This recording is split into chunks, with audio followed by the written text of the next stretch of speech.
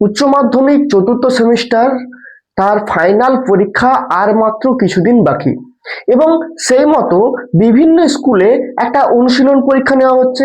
অনুশীলন পরীক্ষাটা একটা টেস্ট এক্সামের মতো পরীক্ষা নেওয়া হচ্ছে, যেখানে তোমরা অর্থাৎ উচ্চ মাধ্যমিক ফাইনাল যে পরীক্ষার আগে সেখানে তোমরা একটা ধারণা পেয়ে যাও তোমাদের সিলেবাস কিভাবে এগিয়েছে, তো কি ধরনের প্রশ্ন হতে পারে। তো বিভিন্ন স্কুল তারা কি করেছে, নিজেরা একটা প্রশ্ন বানিয়েছে এবং ছেলেমেয়েদের কাছে সকলের কাছে তোমাদের সকলের স্কুল দেখবে যে পরীক্ষা নিচ্ছে। কিছু কিছু স্কুল ব্যতিক্রম গেছে, নাহলে অনেক স্কুলে কিন্তু এই ধরনের পরীক্ষাগুলো নেওয়া হচ্ছে। তো আমি আজ তোমাদের মূলত বাংলার যে বিভিন্ন মডেলগুলো আছে, বাংলার যে বিভিন্ন পরীক্ষার প্রশ্নগুলো নেওয়া হয়েছে, সেই প্রশ্নগুলো নিয়ে আজকে তোমাদের কাছে হাজির হলাম।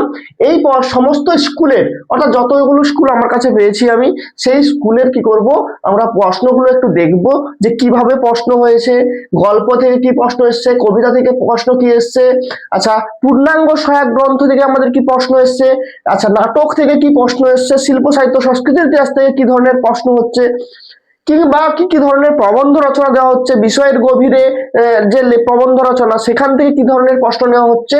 তো সমস্ত কিছুটা আমরা একটা অনুমান করতে পারবো, একটা ধারণা পাবো যে বিভিন্ন স্কুল থেকে যে প্রশ্নগুলো হচ্ছে সেই প্রশ্নের ভিত্তিতে যে আমাদের মান কতটা এগিয়ে আছে, আমরা পড়াশোনাতে কতটা এগিয়ে আছি, আমাদের প্রিপারেশন কতটা সুন্দর হয়েছে। তো চলো আজকে সেই প্রশ্নগুলো নিয়ে আলোচনা করি। সবার প্রথম দেখো, চাঙ্গুয়াল স্কুল আছে, যেখানে কিন্তু তোমাদের 2 ঘন্টা 10 মিনিট দেওয়া হয়েছিল পরীক্ষার জন্য। ঠিক আছে, তোমরা অনেকে জিজ্ঞেস করেছিল যে তোমাদের যে টেস্ট পেপারের রুটিন দেখে স্যার 3 ঘন্টা হবে কিনা, একদমই নয়, তোমাদের কিন্তু 2 ঘন্টা 10 মিনিট ফাইনাল পরীক্ষার যে সময়। কি প্রশ্ন নেওয়া হয়েছে, হলুদ পোড়ার গল্পটিতে বিজ্ঞান মনস্কতা ও কুসংস্কারের যে দ্বন্দ্ব ফুটে উঠেছে তা নিজের ভাষায় লেখো। এটা কিন্তু আমার সাজেশনে ছিল, তোমরা অনেকেই আমাকে চেয়েছিলে অ্যান্সারটা। আমি এতদিন হয়তো একটু ব্যস্ততার জন্য তোমাদের নোটসগুলো প্রোভাইড করতে পারিনি। তোমরা যদি এখনো এই উত্তরটা পাওনি আমাকে জানাও, আমি আজকেই তোমাদেরকে অ্যান্সারটা দিয়ে দেবো। এবং এই যে পিপিটি তোমাদের এই যে প্রশ্নগুলো, এই প্রশ্নগুলো তোমরা কোথায় পাবে, এই প্রশ্নগুলো কিন্তু তোমরা ডেসক্রিপশনে লিংক দেওয়া আছে, সেখান থেকে ডাউনলোড করে নিতেও পারবে। তারা একটু প্রশ্নটা শুনে নাও কিভাবে প্রশ্নগুলো হয়েছে, আমি একটু তোমাদের সঙ্গে আলোচনা করে নেব। ঠিক আছে, তো এই প্রশ্নটা সাজেশনে দেওয়া ছিল, অ্যান্সার দেওয়া নেই, তোমরা অনেকে বলেছিলে, তো তোমরা আরেকবার মেসেজ করে জানাও যদি না পেয়ে থাকো, আমি তোমাদের এই অ্যান্সারটা পাঠিয়ে দেবো। আচ্ছা, পরের প্রশ্ন কি দেওয়া হয় দেখো, শহরে হারা ও গৌরীর সমাজ, অর্থাৎ শহরে গৌরবী ও হারার সমাজ অনেক বড় সমুদ্রের মতো, গৌরবী ও হারার সমাজের পরিচয় দাও। এখানে কিন্তু সমাজের পরিচয়, গৌরবী ও হারার সমাজের পরিচয় দাও বলেছে, পরিচয় দাও। আর শহরে তা মানে শহরে তা সমুদ্রের মতো কেন, সেই বিষয়টাকে বর্ণনা করতে বলা হচ্ছে। তাহলে আমরা কিন্তু টেস্ট পেপারে এই প্রশ্নটা সমাধান করে দিয়েছি তোমাদেরকে। তোমরা যদি আমাদের টেস্ট পেপার যে মডেলের প্রশ্নটা দেখো, প্রথম মডেলে এই প্রশ্নটা কিন্তু দেওয়া ছিল, সেখানে গৌরবী এবং হারার পরিচয় ছিল, এখানে কি দেওয়া হয়েছে, সমাজের পরিচয়। ঠিক আছে, আচ্ছা পরের প্রশ্ন দেখো, পরের প্রশ্ন কেন এলো না থেকে দেওয়া হয়েছে, সহজ প্রশ্ন আছে। কেন এলো না কবিতার মূল ভাব, কেন এলো না কবিতার মূল ভাব, মানে বিষয়বস্তুর মতো করে লিখতে গেলে অনেক বড় হয়ে যাবে। এখানে কিন্তু 2 নাম্বারের আছে, নাম্বারটাও দেখে নেবে তোমরা, কত নাম্বারের প্রশ্ন হচ্ছে, এখানে কিন্তু 2 নাম্বারে লিখতে হবে। এবং তার পাশাপাশি কবিতায় প্রিয়জনের না ফেরার যে যন্ত্রণা ফুটে উঠেছে কবিতায়, সেই কবিতায় তোমার ভাষায় কিন্তু অ্যান্সারটা লিখতে হবে, কিভাবে যে প্রিয়জন না আসার যন্ত্রণা ফুটে উঠেছে সেই বিষয়টা এই কবিতার এসে পরিপ্রেক্ষিতে লিখতে হবে। আচ্ছা, পরের প্রশ্ন কি আছে, পরের প্রশ্ন আছে তিমির হননের গান থেকে। কোথা থেকে প্রশ্ন নেওয়া হয়েছে, তিমির হননের গান বলেছে। তিমির হননের গান কবিতাটি কোন প্রেক্ষাপটে লেখা, এটা যদি তোমরা আমার ক্লাস করেছো তাহলে সবাই জানো, খুব সুন্দর করে তোমাদেরকে প্রেক্ষাপটটা বুঝিয়ে দিয়েছিলাম, কোন প্রেক্ষাপটে এই কবিতাটা লেখা হচ্ছে। এবং তার পাশাপাশি কবি কেন তিমির বিলাসী নয় তিমির বিনাশী হতে চেয়েছেন, কবি কেন তিমির বিলাসী নয় তিমির বিনাশী হতে চেয়েছে, বিলাসী নয় বিনাশী কেন, এটাও কিন্তু আমি সাজেশনে প্রশ্নটা দিয়েছিলাম, তাই না? এই প্রশ্নটা কিন্তু সাজেশনে আমাদের আছে, অ্যান্সার দেওয়া হয়নি। তোমরা চাইলে অ্যান্সারগুলোর জন্য আমাকে জানিও, একটু কমেন্ট করে জানিও, আমি তোমাদেরকে দরকার হলে এভাবেই পুরো একটা যে আমার পুরো সাজেশনগুলো ছিল তার একটা অ্যান্সারের পুরো ভিডিও বানিয়ে তোমাদেরকে আমি দিয়ে দেবো। আচ্ছা, তারপরে দেখো এখানে নানা রঙের দিন থেকে দেওয়া হয়েছে। আমি রোজ লুকিয়ে গ্রিন রুমে ঘুমোই চটুর্যে মশাই, এটা আমাদের টেস্ট পেপারের প্রথম মডেলেই আছে, সেখানে প্রথম কেন অনেক মডেলে এই প্রশ্নটা আছে, সেখান থেকে কিন্তু প্রশ্নটা দেওয়া হয়েছে, তোমরা এটা সবাই পারবে। চলো পরের প্রশ্ন আছে, শিল্পীকে যে মানুষ ভালোবেসেছে তার বার্ধক্য নেই কালীনাথ। রজনী কখন এই সিদ্ধান্তে উপনীতি হয়েছে, এটাও টেস্ট পেপারে প্রশ্নটা আছে। তো তোমরা সেই আনসারগুলো যদি রেডি করে রেখেছো তাহলে এই প্রশ্নটাও পারবে। সহজ প্রশ্ন হয়েছে। আপাতত গল্প থেকে, কবিতা থেকে এবং পূর্ণাঙ্গ এই আমাদের যে নানা রঙের দিন, গল্প, কবিতা, নানা রঙের দিন, এখান থেকে কিন্তু যথেষ্ট সহজ প্রশ্নই আমরা পেলাম, এতটাও কঠিন প্রশ্ন আপাতত পেলাম না। আচ্ছা, তারপরে একটু দেখে নিই। তারপর যে ডাকঘর নাটক, সেই ডাকঘর নাটকে সবার প্রথম প্রশ্ন দিয়েছে কার চরিত্র? অমলের চরিত্র। দেখো, ডাকঘর নাটকে অমলের চরিত্রটি তোমার কি রূপ লাগে, কেমন লাগে, সেই বিষয়টা নিজের ভাষায় বর্ণনা করতে হবে। কেমন? তাহলে এখানে অমলের নাটক। আচ্ছা, পরের প্রশ্ন কি আছে দেখো, পাহাড়তলায় কোনোদিন গিয়েছিলে নাকি? কে কাকে এরূপ প্রশ্ন করেছিল? পাহাড়তলায় উপস্থিতি গ্রামটির বর্ণনা। এই দেখো, পাহাড়তলায় যে কোনো গ্রামে, এখানে কে কাকে বলেছিল? দইয়ালাকে বলেছিল মনে হচ্ছে, যতদূর সম্ভব অমল। তো এই বর্ণনা দিতে হবে। আচ্ছা, এরপর কি আছে? আচ্ছা, ডাকঘর থেকে কিন্তু দুটো প্রশ্ন করতে হবে তোমাদের। কেমন? খুলে দাও, খুলে দাও, যত দ্বার জানালা আছে সব খুলে দাও। সব রুদ্ধ করে রাখা হয়েছিল কেন? মন্তব্যটির অন্তর্নিহিত তাৎপর্য ব্যাখ্যা করো। ঠিক আছে। আচ্ছা, পরের প্রশ্ন কি দেওয়া হয়েছে? পরের প্রশ্ন সহজ আছে, তোমরা টেস্ট পেপারে অনেকবার পেয়েছো, রিপিট প্রশ্ন। সেটা হচ্ছে রূপক সাংকেতিক নাটক কাকে বলে এবং রূপক নাটক হিসেবে ডাকঘর নাটকটির সার্থকতা। তাহলে এই হচ্ছে প্রথম আমাদের নাটক থেকে প্রশ্ন দেখলাম, এবং তারপরে আমরা নানা রঙের দিন থেকে দেখেছি, আমরা কবিতা থেকেও দেখলাম, আমরা গল্প থেকে দেখলাম। খুব একটা কঠিন নয়, তোমরা যদি প্র্যাকটিস করেছো টেস্ট পেপার, তাহলে এই মডেলটা তোমরা সহজেই অনায়াসেই করে এসছো এই স্কুলের পরীক্ষাটা, তাই না? চলো পরের পেজটা দেখি আমরা। আচ্ছা, পরের পেজে দেখো একটু,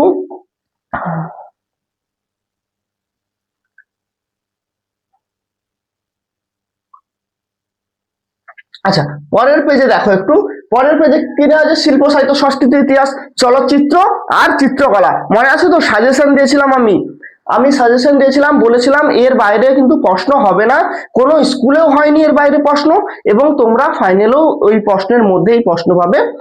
শিল্প সাহিত্য সংস্কৃতি ইতিহাসের এই পার্ট নিয়ে তোমাদেরকে আগে অনেক জ্বালিয়েছে, আর নয়, ফোর্থ সেমিস্টার তোমাদের কাছে অনেকটা স্বস্তির কারণ হবে।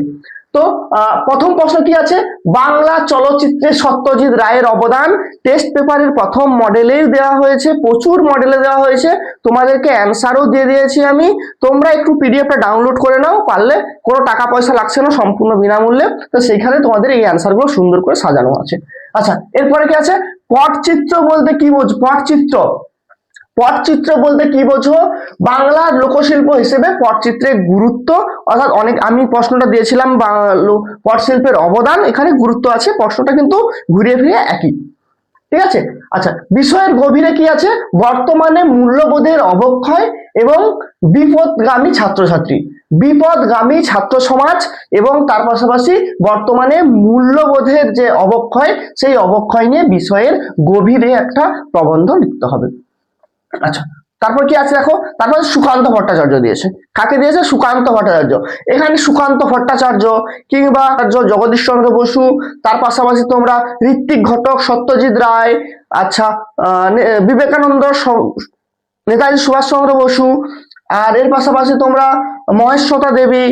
তো এই ধরনের কিছু কমপ্লিট করে রাখবে, কারণ এইগুলো করলে কিন্তু সেখান থেকে একটা ন্যূনতম ধারণা পাবে। এবং তাছাড়াও তোমাদের কিভাবে, যদি কোনো নাও জানা থাকে, কোনো প্র্যাকটিস করে যাওনি, এমন আনকমন আসলো, কিভাবে লিখতে হবে, সেই লেখার আমি ধরনটাও কিন্তু তোমাদেরকে ক্লাসে আলোচনা করে দেব। কেমন? যারা আমার ক্লাস করো তাদের প্রত্যেককে কিন্তু কিভাবে এই প্রবন্ধ রচনা খুব সহজে লিখবে তার বিষয়ে আমি আলোচনা করে দেবো। ঠিক আছে। ক্লাসে বলতে কোন ক্লাস? আমাদের যে অমল ক্লাসেসের তরফ থেকে সম্পূর্ণ বিনামূল্যে ফ্রি অনলাইন ক্লাস করানো হয়, সেই ক্লাসে। যদিও আমি এতদিন তোমাদের ক্লাসগুলো নিতে পারিনি, হিস্ট্রি ক্লাস হচ্ছিল, এতদিন তোমরা হিস্ট্রি ক্লাস পেয়েছো, কিন্তু আমার ক্লাসগুলো পাচ্ছিলে না এতদিন।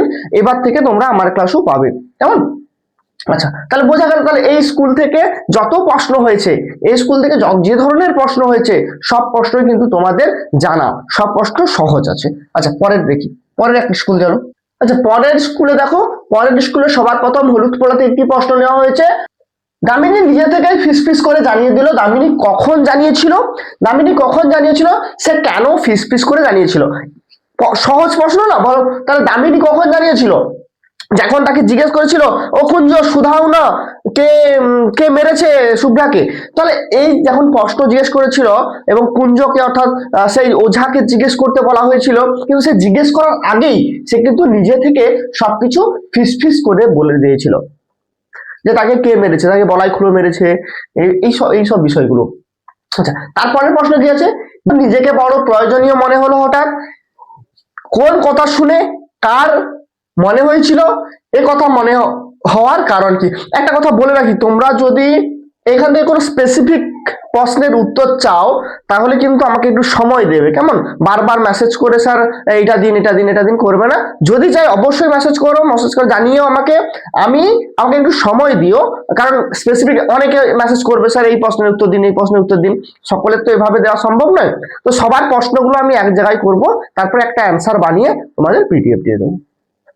আচ্ছা চলো, তারপরে কি আছে, তারপর আমাদের নানা রঙের দিন থেকে প্রশ্ন হয়েছে, কবিতা থেকে নেওয়া হয়েছে, তুমি সর্বকর্ম চিন্তা আনন্দের নেতা। এই পঙ্ক্তিতে তুমি কে? তুমি সর্বকর্ম চিন্তা আনন্দেরই নেতা। এখানে প্রার্থনা কবিতায় যে তুমি ব্যবহার করা হয়েছিল, যে তুমির কথা বলা হচ্ছিল, সেই তুমি আসলে কে? এই তুমির প্রাসঙ্গিকতার উল্লেখ করো। মনে আছে লাইনটা? কতবার পড়িয়েছিলাম, কতবার বুঝিয়েছিলাম প্রত্যেককে, বারবার করে রিপিট করে করে এই প্রশ্নটা করতে তোমরা। দেখো তোমাদের কথা শুনে প্রশ্নটাও চলে এসেছে। যাই হোক, তাহলে তারপরের প্রশ্ন কি আছে, কেন এলো না? মৃত্যুর পাশ কাটিয়ে বাবা এলো, খুব ইম্পর্টেন্ট প্রশ্ন। মৃত্যুর পাশ কাটিয়ে বাবা এলো, ছেলে এলো না, ছেলে এলো না এখানে দেওয়া নেই। মৃত্যুর পাশ কাটিয়ে বাবা এলো, বাবার পরিচয় দাও। মৃত্যুর পাশ কাটিয়ে আসার তাৎপর্য কি? মৃত্যুর পাশ কাটিয়ে আসার তাৎপর্য কি? প্রশ্ন লাইনটা কিন্তু ইম্পর্টেন্ট আছে, তোমরা একটু দেখে রাখবে এটা।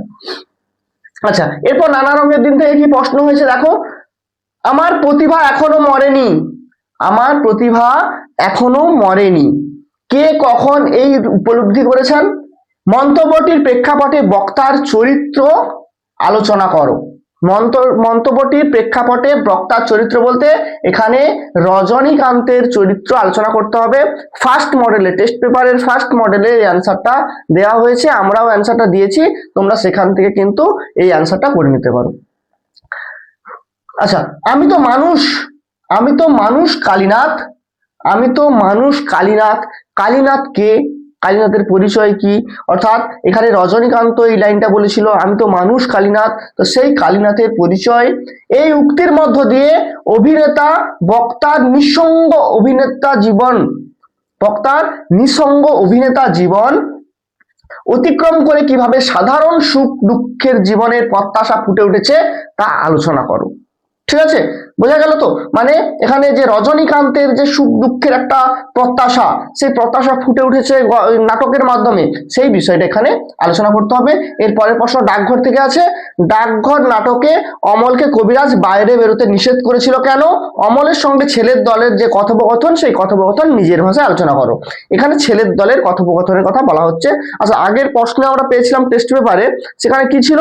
সেখানে ছিল যে প্রহরীর সঙ্গে কথোপকথনের, আর এখানে দেওয়া হয়েছে ছেলের দলের সঙ্গে কথোপকথনের। কেমন? চলো পরের প্রশ্ন।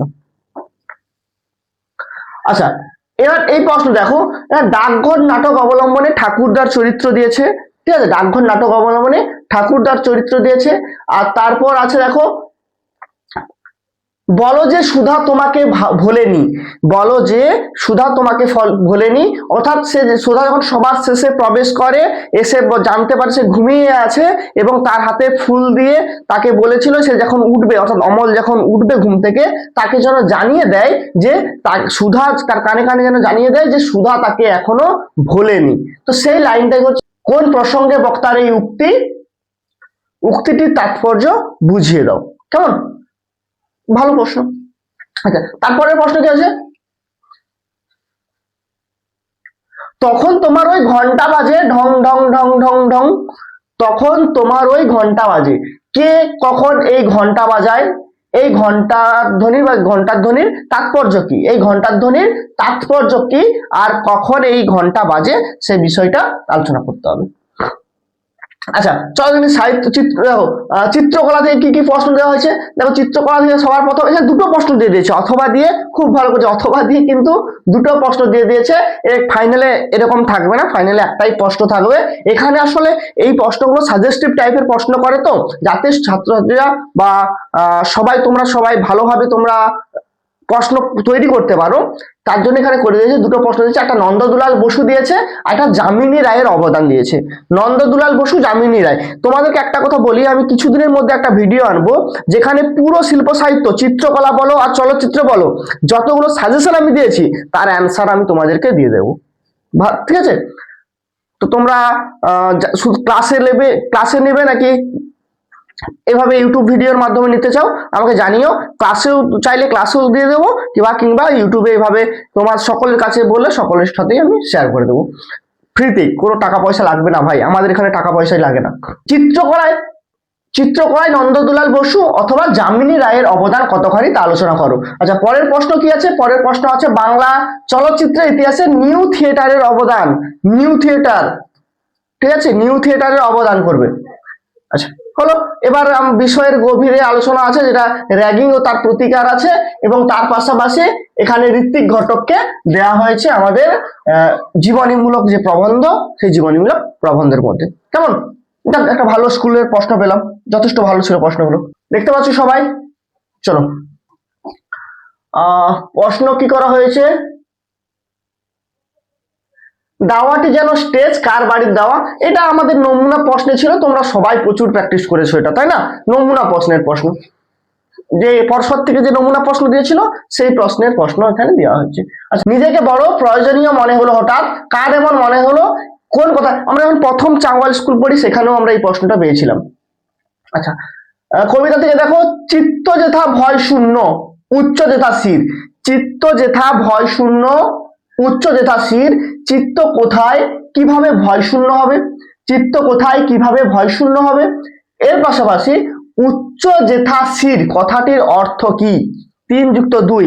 দেখো খুব সুন্দর প্রশ্ন দেওয়া হয়েছে, খুব সুন্দর প্রশ্ন দেওয়া হয়েছে কিন্তু, যে চিত্ত যেথা ভয় শূন্য উচ্চ যেথা শির, এখানে চিত্ত কোথায় কিভাবে ভয় শূন্য হয়, আর পাশে উচ্চ শির কথার অর্থ কি। সহজ প্রশ্ন কিন্তু ভালো প্রশ্ন। এরপরে কেন এলো না থেকে প্রশ্ন হয়েছে, কড়ার গায়ে খুন্তিটা আজ একটু বেশি রকম নড়ছে। কড়ার গায়ের খুন্তিটা আজ একটু বেশি রকম নড়ছে, কখন এমন পরিস্থিতি সৃষ্টি হয়েছিল?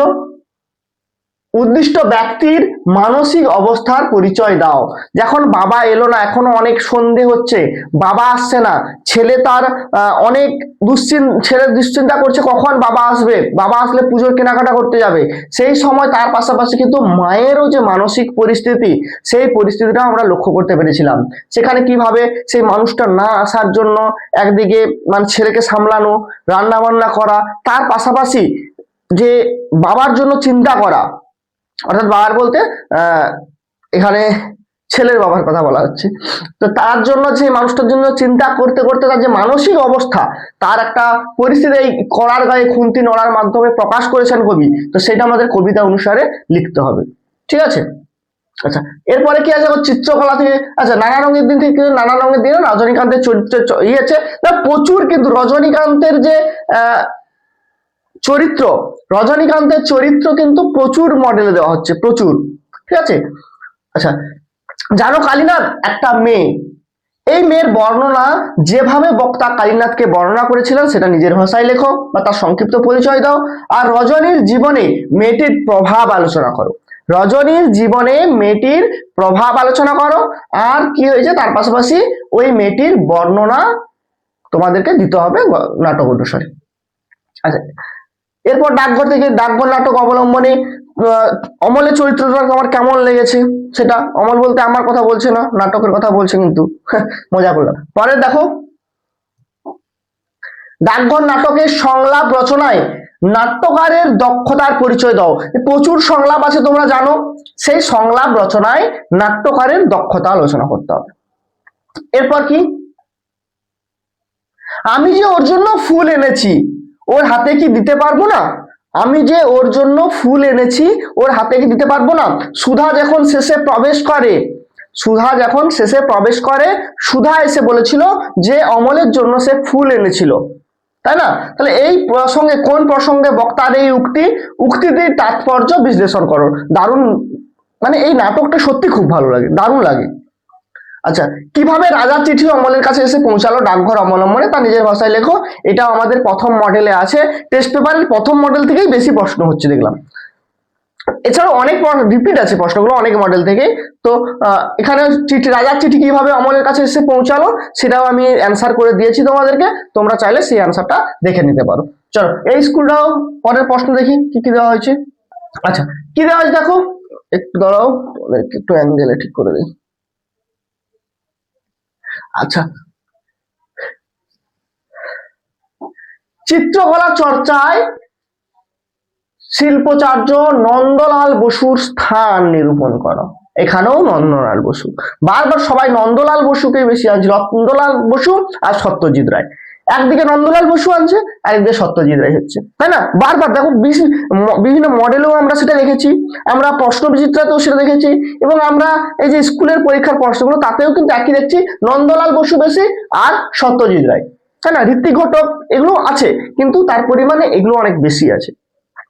আর এদিকে বাংলা বইয়ের দুঃখ, এটা প্রিভিয়াস ইয়ার কোশ্চেন থেকে নিয়েছে, আগে পরীক্ষায় এসেছিল এটা উচ্চ মাধ্যমিকে। আর এদিকে স্বামী বিবেকানন্দ নেওয়া হয়েছে। চলো